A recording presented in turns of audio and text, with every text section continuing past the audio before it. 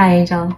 I was really motivated to hop on and create a video today, which is Sunday. I'll post it tomorrow on Monday because there was so much going on in the news this weekend, and I could feel the tension in the collective nervous system. I feel like it was a lot. Things going on globally, which is creating additional pile-on in terms of all the other sources of tension and stress that has been accumulating for quite some time, just with so much chaos and so much dense energy that exists out there in the ethers right now. And for any human being, it's a lot to hold in the body. And so I want to talk about creating safety in the nervous system today. I jotted down some notes that I want to read through and discuss a little bit with you, if you'll bear with me as I look at my journal notes here. But I wrote, the nervous system does not need certainty about the world. It needs cues of present safety.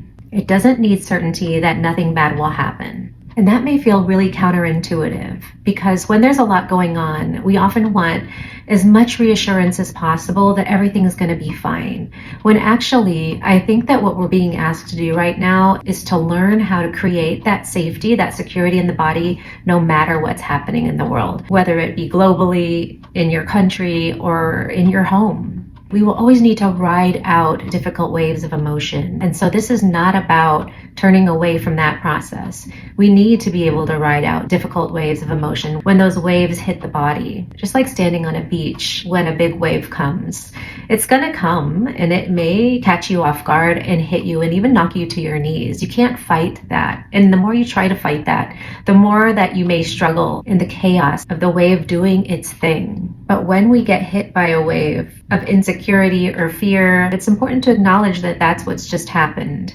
And that means turning toward the feelings that arise, not away from the feelings that arise. Turning toward it allows us to actually work with the energy and move it through, which then frees us up to experience something different, as opposed to what happens when we turn away from heavy, dense energy and don't acknowledge it and try to ignore it. It actually stays in the body, even if we're trying to mask it with some other emotion, and it serves as sort of a clog in our nervous system. So I feel like it's important to acknowledge that the first step is to actually feel it.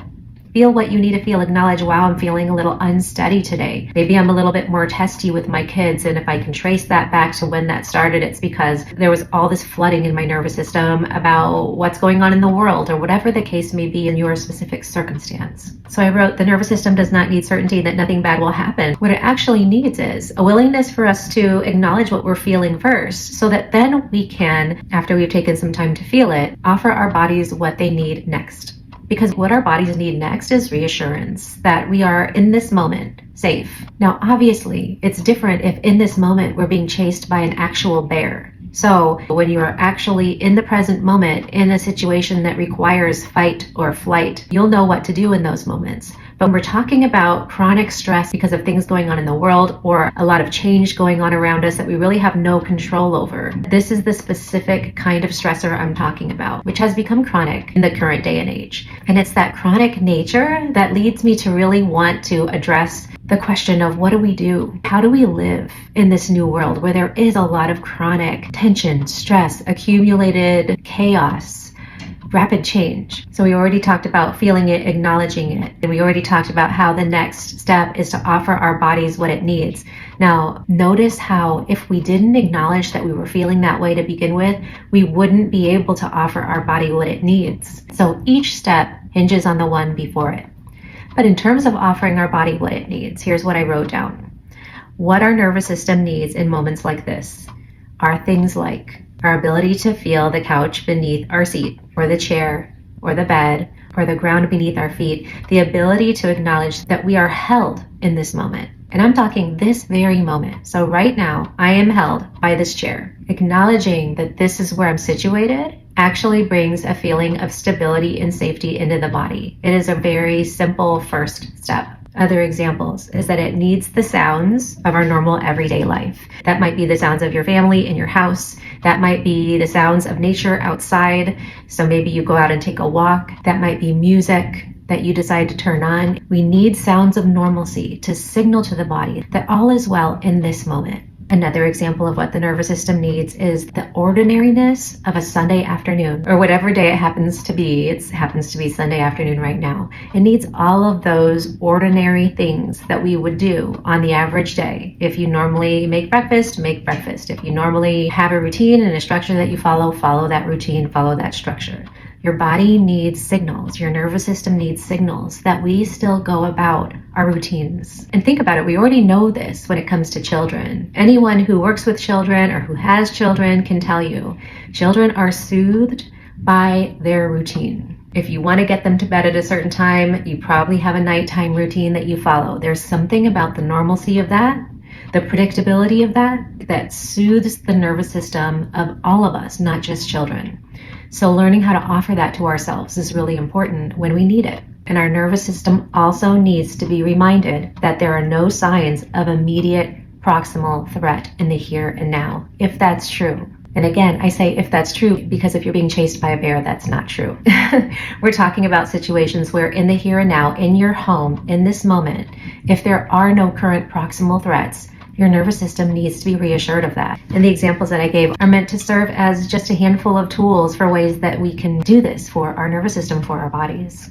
And there are so many other things that we can do. In general, what's useful is to think about how you can signal to your body that you are safe in the here and now using each of the senses. So when I was talking about noticing what you're supported by, what's holding you under your feet if you're standing, or under your seat if you're sitting, that is using the sense of touch. If we're taking time to acknowledge the sounds of normalcy in our home, that's engaging our sense of hearing. You can also engage your sense of sight and your sense of smell in the same way. Just thinking about the example of going outside, you can see how this engages multiple senses at the same time.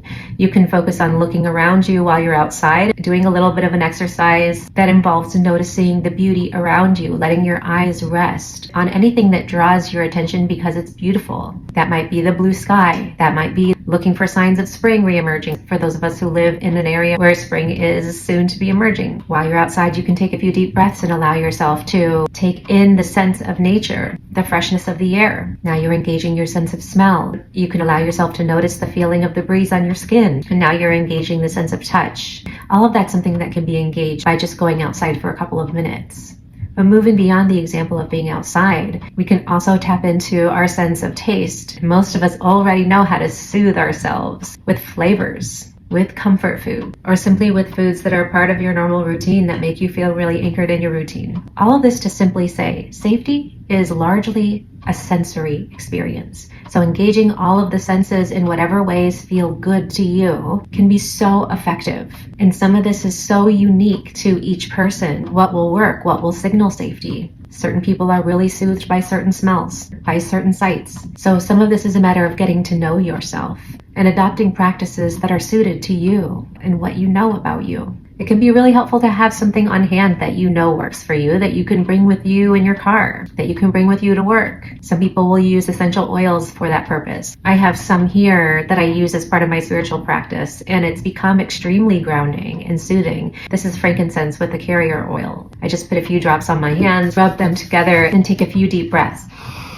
Taking in that scent, which is soothing in and of itself, but pairing it with the deep breaths, doubly soothing. So if you have an essential oil that you like the scent of, you can keep something like this on hand, and it can be something that you carry with you that's portable. I have a few more notes I want to read through, so I'll go ahead and do that now. I wrote down, you don't have to pre-process every possible future. You're allowed to live in the 10-foot radius of your real life. Obviously, 10-foot radius is just symbolic language. It's just meant to describe the fact that you don't have to think beyond this space. If thinking beyond your immediate world feels too overwhelming, bring your gaze closer in. And that may mean needing to turn away from your newsfeed for a while. Let's say you're used to thinking globally. This may mean actually moving your boundary in toward your state or your neighborhood. But if that still feels too big, move it in even closer to thinking about simply what's going on in your own home. And if that is even too flooding, move it closer even still for a few moments where it's just you and the room that you're in, and your breath, and your soothing practice. And then when you feel ready, you can expand back out slowly into increasingly larger domains, depending on the information that your nervous system is giving you in terms of its readiness for expansion. I wrote down, we can allow ourselves to feel uncertainty without collapsing into catastrophe. This is a practice of bringing balance. When we feel like it's gotten to the point where it's hard to stop swirling in catastrophic thoughts, this is a reminder that it's okay to acknowledge the heaviness of everything that you're taking in and allowing yourself to feel the uncertainty that those thoughts create in your body. But bringing balance by supporting ourselves from the inside out so that our energy doesn't become fragmented. I wrote, you don't have to hold the collective alone. The world is not stabilized by you carrying it in your chest. It's stabilized by each of us staying present in our living rooms, metaphorically speaking, by staying present in our bodies, in our physical home, by bringing stability into your field. You are stabilizing the collective. And that in and of itself is such important work. Because everybody who you come in contact with, once you have stabilized your field, will be aided by your stable energy to do the same for themselves. Just like anxiety spreads like wildfire, grounded, stable energy also spreads like wildfire.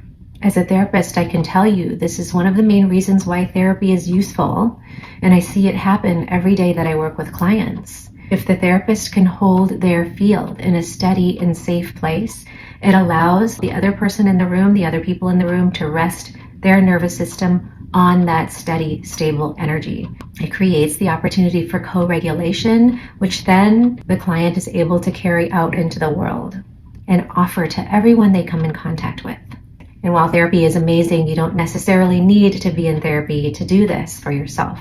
But it does take a willingness to commit to a practice, to commit to providing your nervous system, providing your energetic field with the medicine that it needs in the current moment, feeling what you need to feel, and then being responsive to the cues that you're getting from your body so you can offer your body what it is that it's going to need next. And oftentimes what it needs next are signals of safety. I've recorded a different video that talks about different categories of self-regulation, so I'm going to tag that video if I can at the end of this one. If you don't see it at the end of this video, look for it in the description. I'll put a link there if I can't tag it at the end. By way of wrapping this video up, let's just do a short practice together. If you're standing, if you're doing something, have a seat just for a moment. And from a seated position, we're just going to take a deep breath together, inhaling through the nose and exhaling through the mouth like you're blowing out a candle. Let's do that again, inhaling through the nose, exhaling through the mouth, and a third time, inhaling through the nose, exhale. Let your shoulders drop away from your ears. Feel your feet on the ground. Notice how supported you are by whatever surface you're resting on. Allow that surface to rise up and hold you. Notice the steadiness and the stability that it offers to you. Release any tension in your jaw. Let your tongue drop from the roof of your mouth. Open your eyes if you had closed them and look around your space. Notice the space that you're in and notice all the signs of safety that exist within that space. The stillness of the room, the peaceful background sounds that are part of your normal everyday life. Just bring your awareness to those things and gently remind yourself that you are here right now and that in this moment, in this space, all is well. One last deep breath in through the nose and out through the mouth.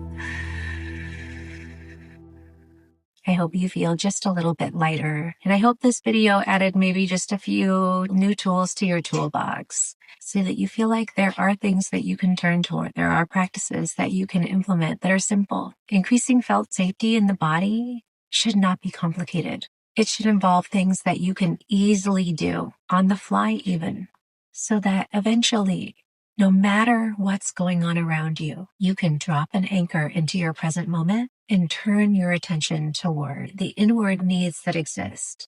Needs that oftentimes get ignored by most of us, that get pushed to the side in order to prioritize the needs of everybody around us. But doing that day after day isn't serving anybody. Put your oxygen mask on first. And then, after reestablishing safety in your nervous system, you will naturally be a safe resting place for others. Something that you wouldn't have been able to be if you frantically went toward trying to help other people before meeting your inward need first. Take such good care of you, and I will see you again soon. Bye.